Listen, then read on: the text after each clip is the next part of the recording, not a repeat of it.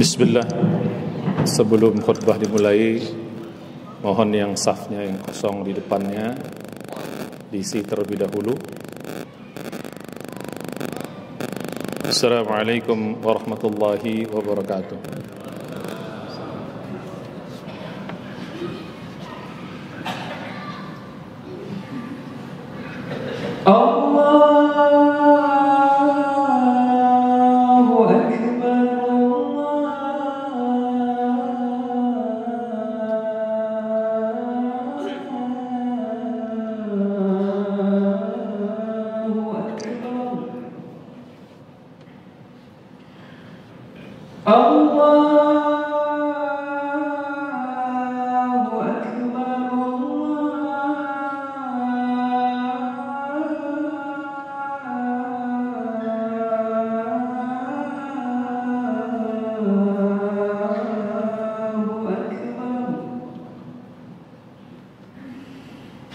أشهد أن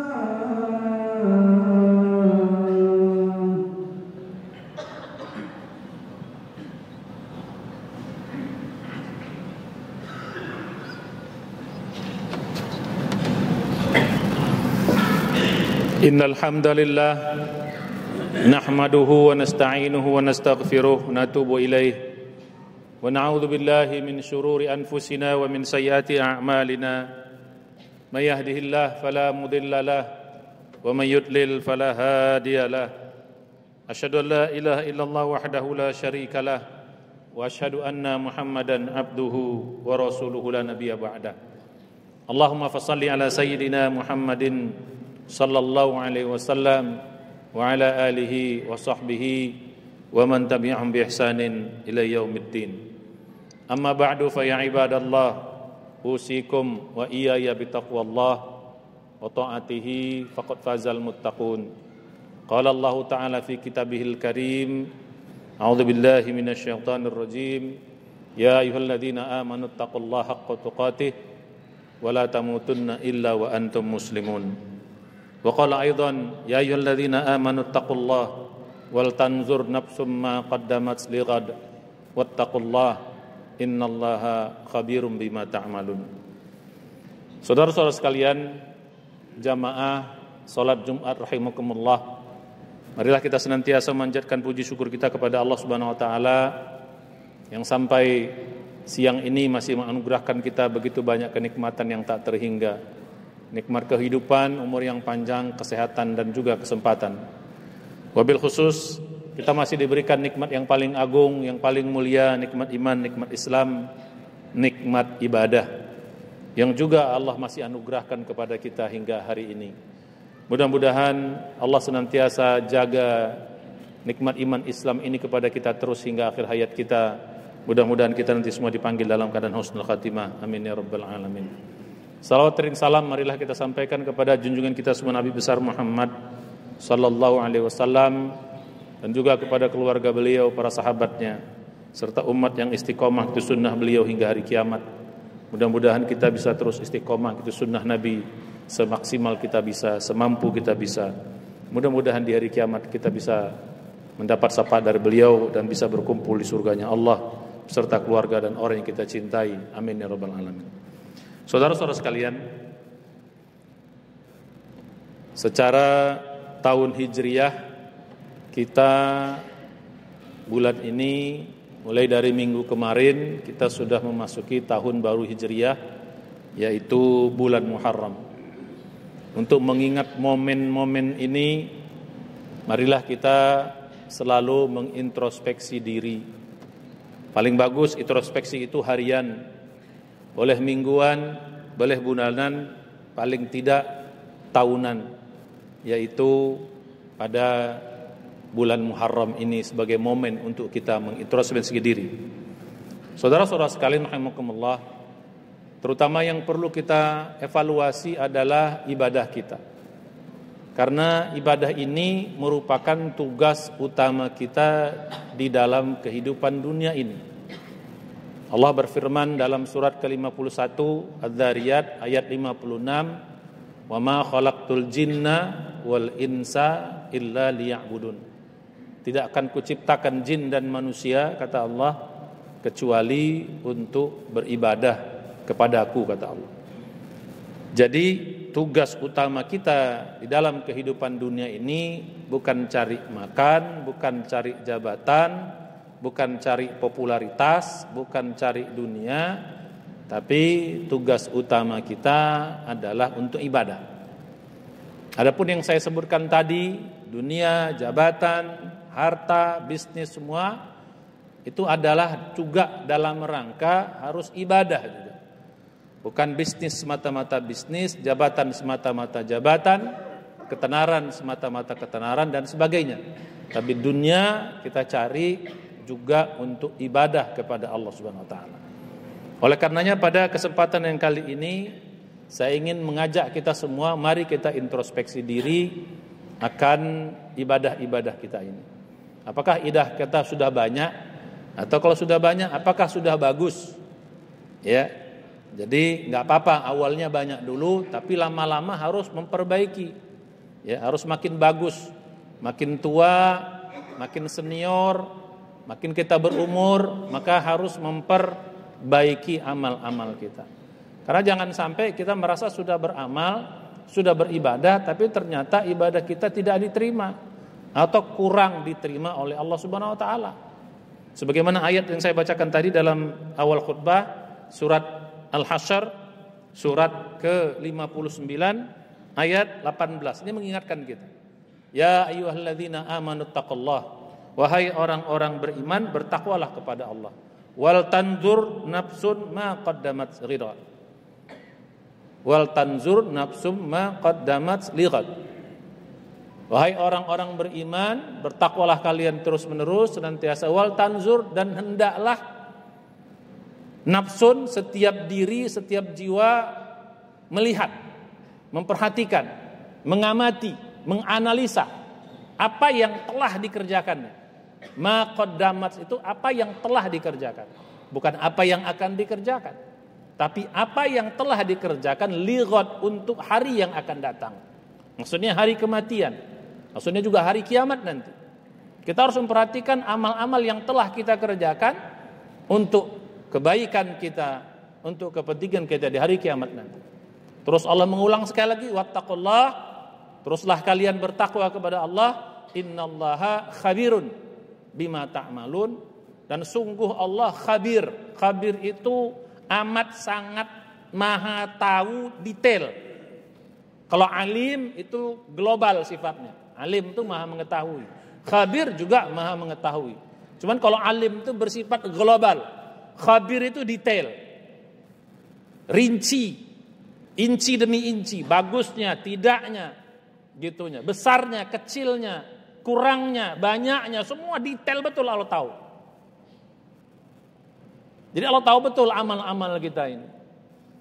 Nah, oleh karena itu saudara-saudara sekalian, berkaitan dengan kesempatan kali ini, mari kita mengintrospeksi amal kita ini udah bagus belum untuk kita bawa pulang nanti kepada menghadap Allah Subhanahu wa taala. Jangan sampai kita merasa, pokoknya udah beramal, yang penting udah beramal, diterima enggak diterima, kumaha engke we, kata orang Sundanya. Jangan sampai begitu. Jangan sampai kita yang penting beramal untuk orang yang baru masuk Islam, untuk anak-anak, orang baru tobat, oke lah. Yang penting dia beramal dulu, biar dia sering, biar dia rajin. Tapi kita yang sudah lama beramal ini, yang sudah tahunan, bahkan mungkin sudah puluhan tahun, tidak cukup hanya sekedar beramal. Harus kita cek betul apa benar amal kita ini diterima Allah enggak. Karena saudara-saudara sekalian rahimakumullah, tahunya nanti amal kita itu diterima atau tidak, bagus atau tidak, ikhlas atau tidak, tahunya hakikatnya nanti ketika kita mati, atau sedang meninggal. Jadi udah mau meninggal, sedang sakratul maut, baru dinampakkan tuh amal-amal kita. Apakah ini bagus, sholatnya, puasanya, sedekahnya, baca Qur'annya, zikirnya, hajinya, umrohnya, dan lain-lain kebaikan-kebaikan yang lain. Dinampakkan semua tuh. Dan juga keburukan-keburukan kita dinampakkan juga. Cuman sayang, kalau ketahuannya kita saat sakratul maut terlambat. Kita nggak bisa balik lagi. Dan ini Allah gambarkan dalam Al-Quran, dalam surah Al-Munafikun, surat 63, ayat 3 ayat terakhir. Ini ayat khusus Allah berikan kepada orang beriman. Bukan kepada orang kafir, bukan kepada orang zalim, bukan kepada orang fasik. Makanya ayat ini dimulai dengan ya ayyuhalladzina amanu, wahai orang-orang yang beriman. La tulhikum amwalukum wala auladukum an dzikrillah. Jangan sampai duniamu, anak-anakmu, hartamu bikin kau lalai dari ibadah kepada Allah, ingat kepada Allah.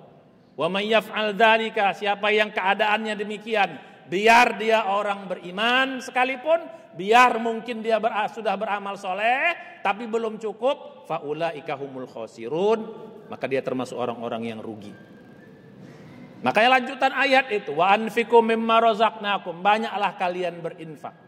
Walaupun ini dikhususkan infak, tapi sebenarnya amal-amal yang lain pun termasuk. Ini namanya majas mursal, disebut sebagian, maksudnya semua amal. Banyaklah kalian berinfak dan juga banyak kalian beramal-amal yang lain. Karena di ujung ayat itu disebutkan. Jangan sampai nanti, ya gitu. Wa anfiqu mimma razaqnakum, Jangan sampai nanti min qabli ayyati ahadakumul maut, sebelum datang mati, saat sakratul maut, fayaqula, kalian ngomong, siapa kaliannya? Atau orang tadi ngomong, siapa orang tadi? Ya orang beriman yang di atas yang disebutkan sebelumnya. Apa dia ngomong? Rabbi laula akhartani ila ajalin qarib. Sudah dinampakkan semua hasil evaluasi amal-amal kita, baik yang baik maupun yang buruk. Setelah dievaluasi, tahu kita banyak kurangnya, banyak salahnya. Ini orang beriman loh Pak. Ayat ini diberikan kepada orang beriman. Dia ngomong saat sakratul maut, Rabbi laula akhartani ila ajalin qarib. Ya Allah, panjangkan sedikit aja umurku. Fa asaddaqo, pasti aku banyak bersedekah. Wa akum minas sholihin, pasti aku akan memperbaiki atau memperbanyak amal-amal solehku. Jadi walaupun ayat di atas disebut infak doang, tapi ujungnya disebut dua. Sampai aku bisa berinfak dan aku akan memperbaiki atau memperbanyak amal solehku agar aku termasuk orang-orang soleh. Artinya yang dimaksud dengan atas bukan infak saja, termasuk amal ibadah yang lain.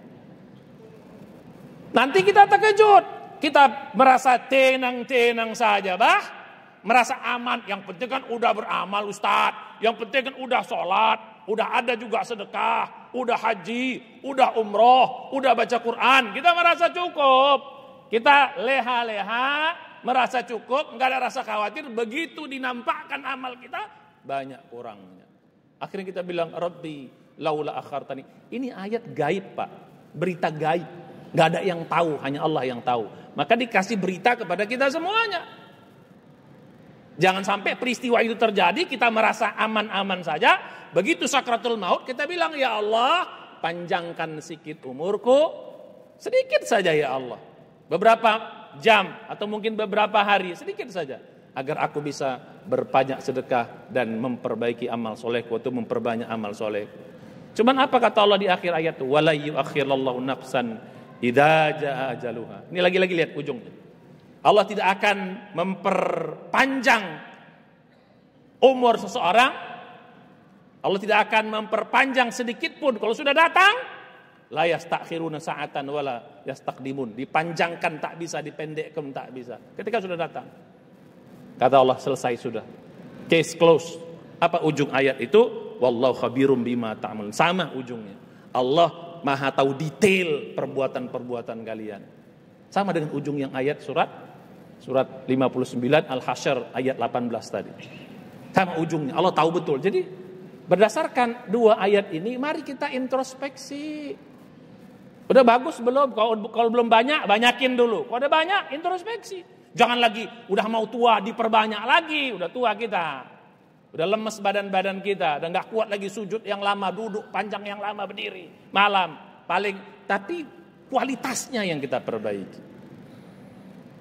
Udah pensiun kita mungkin banyak, infak udah gak banyak lagi. Kalau masih banyak rezeki kita gak apa-apa.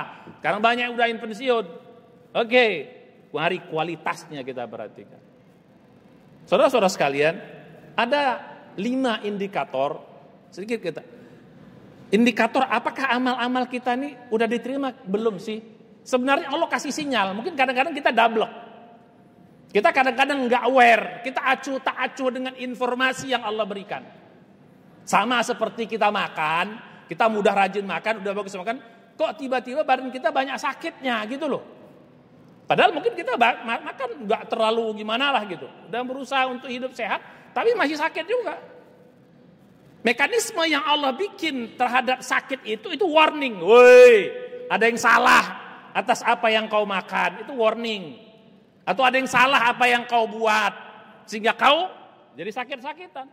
Mekanisme Allah bikin supaya menjadi kita sadar. Cuman kadang-kadang terlambat. Udah sakitnya parah, stadium apa bahasa kita? Stadium 4 atau stadium lanjut, baru sadar, terlambat semuanya. The damage has been done. Kerusakan udah terbesar, udah berat banget. Stroke udah payah lagi, udah bangkit. Kena darah tinggi, udah tinggi banget, udah gak bisa juga balik. Gula udah tinggi, akhirnya diabetes yang gak ada obatnya. Udah terlambat, padahal info sudah Allah berikan dari awal. Sakit sikit-sikit, pegel sikit-sikit, pusing sikit-sikit. Kita gak acuh. Nggak apa-apa, kasih minyak aja dikit hilang. Padahal itu bukan mengobati, cuman sensasi doang. Tiba-tiba udah kolab, udah jatuh, baru mereksa, udah rusak semuanya. Terlambat. Itu dalam konteks dunia oke lah, nggak apa-apa. Kita masih bisa sabar. Jadi dalam konteks akhirat, begitu mau mati dinampakkan semuanya, banyak kurangnya. Kita bilang apa? Rabbi laula akhartani ila ajalin qarib. Ya Allah, panjangkan sedikit agar aku bisa memperbaiki. Cuman sayang, terlambat. Ada 5 indikator kita bisa melihat. Ini buat pribadi kita, bukan untuk orang lain, buat diri kita sendiri. Indikator pertama, apakah amal kita itu bagus atau sudah diterima? Ini mekanisme. 1, indikator pertama, kita merasa dekat dan yakin kepada Allah. Jadi iman kita tuh nampak nambah. Karena inti dari ibadah itulah taqarrub ilallah, mendekatkan diri kepada Allah. Kalau kita sudah dekat, pasti muncul rasa yakin, percaya kepada Allah. Bukan sekedar iman, tapi yakin. Wa'budullah hatta ya'tiyakal yakin. Sembah Allah, ibadah kepada Allah sampai yakin itu muncul. Walaupun dalam tafsir dikatakan sampai datang kematian, tapi dalam makna yang lain sampai kau bisa yakin kepada Allah Subhanahu wa taala. Nah, ini kita udah rajin ibadah, sekian puluh tahun sudah ibadah, sudah sholat, sudah ngaji, baca Quran, semua udah kita kerjakan. Tapi masih ragu aja sama Allah. Merasa Allah tuh jauh aja. Ini hati-hati. Tujuan dari ibadah kan taqarrub, bikin dekat, bikin yakin. Ini sering ketemu, tapi kenapa nggak yakin juga sama Allah? Ragu aja Bu Anda. Setiap mau sedekah, apa iya ya? Sudah gitu ya, ragu ya terus. Setiap ada kejadian ragu aja. Banyak ragunya kepada Allah. Padahal rajin ibadah, ini hati-hati. Jangan-jangan ibadah kita belum diterima atau kurang, bisa kurang baik, kurang berkualitas. Ini informasi pertama. Jadi kalau kita yang sekarang bicara di sini masih banyak ragunya kepada Allah, masih terasa Allah tuh jauh, yang dekat malah di kepala kita dunia aja full. Nah, ini hati-hati. Ini hati-hati bahwa jangan-jangan ibadah kita belum mampu menggerakkan kita menjadi dekat dengan Allah Subhanahu wa taala. Yang kedua, indikator kedua apa? Hati nggak tenang, banyak gelisahnya, banyak takutnya, banyak stresnya. Mungkin uang banyak, tapi stres kuat juga gitu loh. Bukan berarti orang yang uangnya banyak itu, jangan-jangan mereka lebih stres lagi. Jabatan tinggi tapi stres juga. Nah, kita lihat ini, karena ini informasi. Harusnya ibadah itu bikin hati tenang gitu loh. Nggak takut kita sama dunia ini. Ada alhamdulillah, nggak ada pun nggak ada masalah. Nggak bikin kita takut, nggak bikin sedih yang ini. Nggak terasa dunia yang segala macam bentuk masalah-masalah itu. Tetap ada ketenangan, tetap ada keyakinan kepada Allah Subhanahu wa taala. Ini informasi. Ala bi dzikrillah tatmainnul qulub, atau ketahuilah dengan zikir itu, dengan ibadah itu hati kamu tenang. Tapi kita rajin ibadah, rajin ngaji, rajin sholat, tapi hati nggak tenang. Banyak gelisahnya, banyak takutnya, bahkan kadang-kadang sampai nggak bisa tidur. Nauzubillah. Hati-hati, ini informasi, something wrong. Jangan-jangan ibadah kita. Apakah kurang banyak? Kalau sudah merasa banyak, jangan-jangan kurang bagus. Yang ketiga, saudara-saudara sekalian, informasi yang ketiga adalah rajin maksiat atau senang maksiat. Atau minimal senang nengok maksiat-maksiat. Senang bergaul dengan orang-orang yang maksiat atau orang yang enggak benar. Ini juga bagian dari kantor. Inna sholata tanha 'anil fahsya'i wal munkar. Salat yang benar itu bisa mencegah kita perbuatan keji dan munkar. Rajin salat tapi senang maksiat. Ini kan dua hal yang hampir enggak mungkin harusnya. Istilah kita STMJ, salat terus maksiat jalan. Harusnya salat terus maksiat jangan. Harusnya ada rem. Ketika kita bikin maksiat, oh iya ya, ini enggak benar nih, enggak bagus nih. Aku tinggalkan.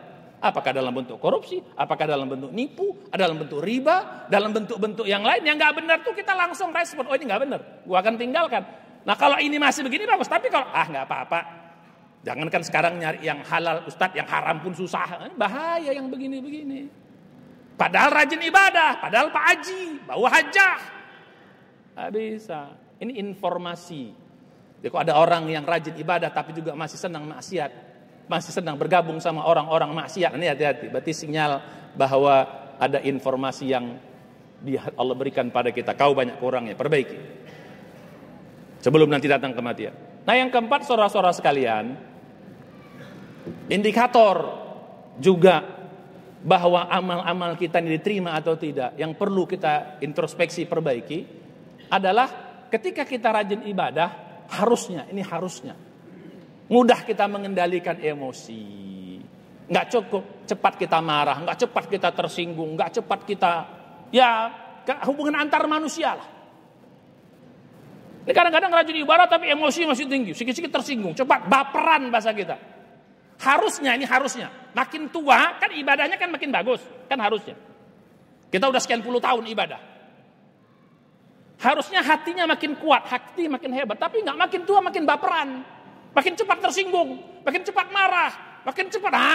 Ini juga hati-hati. Sama kayak mekanisme sakit tadi, banyak makan, mungkin bagus makan, tapi badan sakit-sakitan. Ini sama. Rajin ibadah tapi hati sakit-sakitan, istilah kita sakit hati, kira-kira begitu. Nah ini informasi something wrong. Yang terakhir, indikator yang terakhir adalah susah kita menjadi orang sabar, susah menjadi orang yang bersyukur.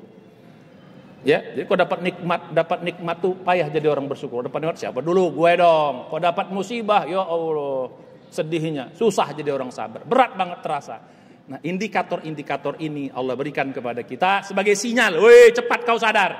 Woi, indikator. Jangan sampai nanti udah kematian. Kalau udah mati udah nggak bisa lagi semuanya. Nanti kita bilang protes, ya Allah, kenapa aku nggak dikasih tahu? Kenapa aku nggak dikasih kabar? Amalku nggak bener.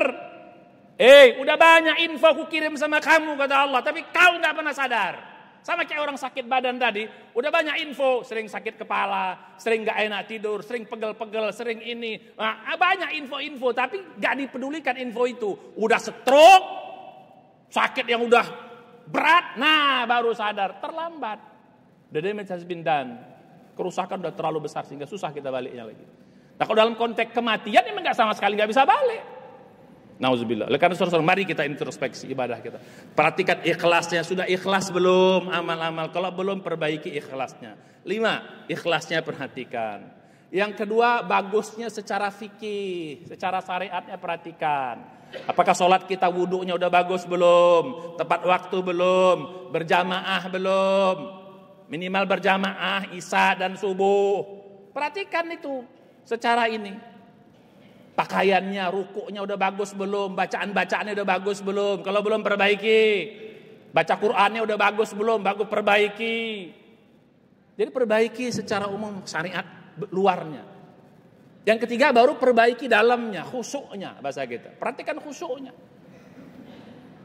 Hadirnya hati kita. Jangan-jangan sholat selama ini gak khusyuk. Udah rajin sholat tapi gak khusyuk. Pikiran banyak kemana-mana terus. Tiap sholat pikiran kemana-mana terus. Tiap sholat ragu terus, berapa rakaat, tiap sholat begitu. Nah ini hati-hati. Karena Allah tidak akan menerima orang yang hatinya nggak hadir gitu loh. Coba perhatikan kekhusyukan kita. Jangan-jangan belum khusyuk, perbaiki khusyuknya supaya ibadah kita ini menjadi berkualitas. Yang keempat, perhatikan, fahami makna-makna ibadah itu. Sholat, coba di sini, coba jujur dalam diri kita. Berapa banyak bacaan sholat yang kita pahami mulai dari takbir sampai salam. Coba jujur. Berapa? Mulai dari takbir. Paling mungkin jangan-jangan takbir doang. Jangan-jangan maaf, sami Allahu liman hamidah. Ada kan apa artinya? Sami Allahu liman hamidah. Jangan-jangan enggak tahu apa arti sami Allahu liman hamidah. Kalau takbir mungkin sering. Ya Allah Maha Besar. Tidak apa. Bagaimana dengan Al-Fatihah? Berapa? Ada penelitian 70% orang yang sholat tidak paham Al-Fatihah. Itu udah penelitian. Al-Fatihah loh, bukan semuanya. Itu ada sekitar 12 atau 10 bait doa. Al-Fatihah. Nah bagaimana mau ibadah itu masuk ke dalam hati kalau kita nggak paham? Itu baru bicara sholat. Bagaimana bicara Quran yang kita baca? Berapa banyak di antara kita yang baca Quran sambil memahami maknanya? Ini berapa? Baca, pahami maknanya. Baca satu ayat, lihat terjemahannya. Itu kalau udah bisa bahasa Arab nggak perlu. Bisa langsung kita paham berapa persen yang kita baca. Begitu juga dengan zikir, begitu juga amal-amal yang lain. Jangan-jangan kita belum paham. Kalau nggak paham, ini kurang bernilai ibadah itu. Bahkan bisa ditolak sama Allah. Lihat bunyi ayat surah 4 ayat 43. Ya ayyuhalladzina amanu la taqrabus shalah wa antum sukara hatta ta'lamu ma taqulun. Wahai orang-orang beriman, ini ayat buat orang beriman lagi-lagi. Jangan kau kerjakan sholat, jangan kau laksanakan sholat wa antum sukaro. Kau dalam keadaan mabuk hatta ta'lamu ma taqulun, sampai kau faham apa yang kau ucapkan. Jadi kalau ada orang sholat yang nggak faham, itu sama dengan sholat orang mabuk. Kalau sholat mabuk berarti nggak diterima. Coba berapa persen sholat kita yang kita fahami? Cobalah introspeksi, apa susahnya sih? Kita banyak kegiatan, sambil kegiatan kita pahami makna Al-Fatihah, makna tahiyat akhir, sujud, ruku', i'tidal.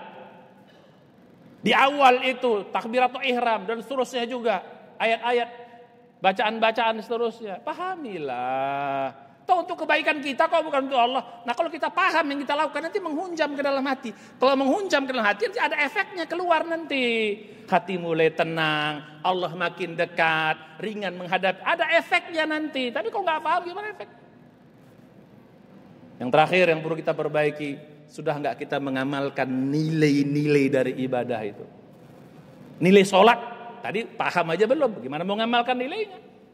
Setelah kita ikhlas, baguskan syariatnya, fikihnya, terus 3 hadirkan hati, khusyuk, 4 pahami maknanya, 5 amalkan. Ini berurutan ini 1, 2, 3, 4, 5. Ikhlas awalnya, perbaiki fikihnya atau syariat luarnya, hadirkan hati, fahami makna dari seluruh amal kita, baru amalkan.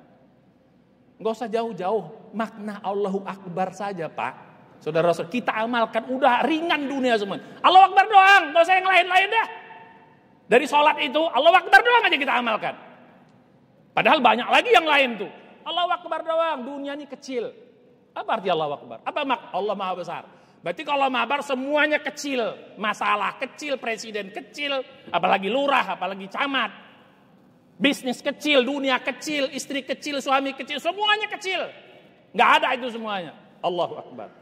Itu aja Allahu Akbar kita amalkan, ringan dunia ini. Mengapa terasa berat dunia ini kita jalani? Kita menganggap dunia ini besar. Mulut kita bilang Allahu Akbar, tapi yang besar masih dunia dalam jiwa kita. Pantas jadi beban berat dalam kehidupan kita. Satu Allahu Akbar doang, gak usah yang lain-lain.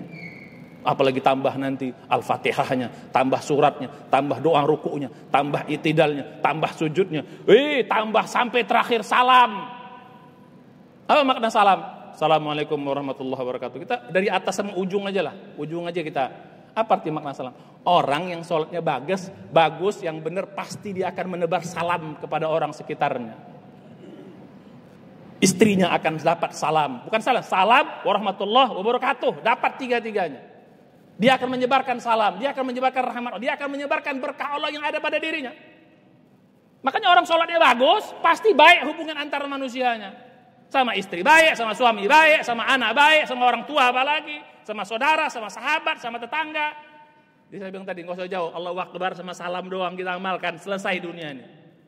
Cuman sayang, banyak di antara kita belum mengamalkan. Apalagi dengan zikir-zikir yang lain, apalagi dengan bacaan Quran kita, apalagi dengan yang lain, masih jauh. Oleh karena saudara sekalian, mari kita perbaiki.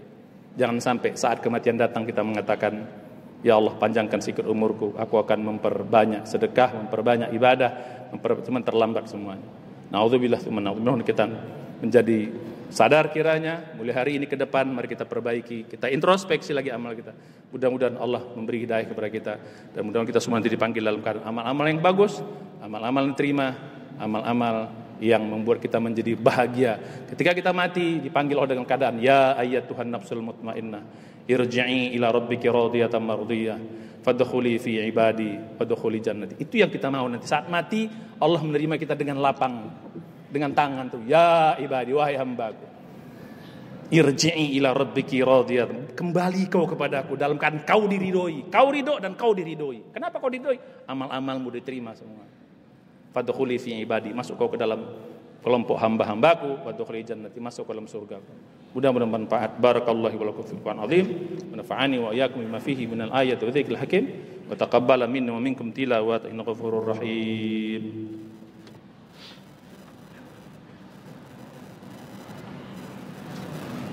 Alhamdulillahi rabbil alamin, salatu wassalamu ala asyrafil anbiya'il mursalin wa ala alihi wa sahbihi ajma'in. Ya ayyuhalladzina amanu taqullaha haqqa tuqatih wa la tamutunna illa wa antum muslimun. Innallaha wa malaikatahu yusalluna 'alan nabi. Ya ayyuhalladzina amanu sallu 'alaihi wa sallimu taslima. اللهم صل على سيدنا محمد وعلى آله وصحبه وبارك وسلم أجمعين. اللهم اغفر للمؤمنين والمؤمنات والمسلمين والمسلمات الأحياء منهم والأموات إنك سميع قريب مجيب الدعوات يا قاضي الحاجات. ربنا ظلمنا أنفسنا وإن لم تغفر لنا وترحمنا لنكونن من الخاسرين. ربنا لا تزغ قلوبنا بعد إذ هديتنا وهب لنا من لدنك رحمة إنك أنت الوهاب. اللهم إنا نسألك سلامة في الدين وعافية في الجسد وزيادة في العلم وبرورا في الرزق وتوبة قبل الموت ورحمة عند الموت مغفرة بعد الموت. اللهم هون علينا في سكرات الموت والنجاة من النار والعفو عند الحساب ودخلنا الجنة مع الأبرار يا عزيز يا غفار يا رب العالمين. ربنا آتنا في الدنيا حسنة في الآخرة حسنة وقنا عذاب النار. صلى الله على محمد النبي الأمي وعلى آله وسلم والحمد لله رب العالمين. عباد الله إن الله يأمر بالعدل والإحسان وإيتاء ذي القربى وينهى عن الفحشاء والمنكر والبغي يعظكم لعلكم تذكرون ولذكر الله أكبر. أقم الصلاة.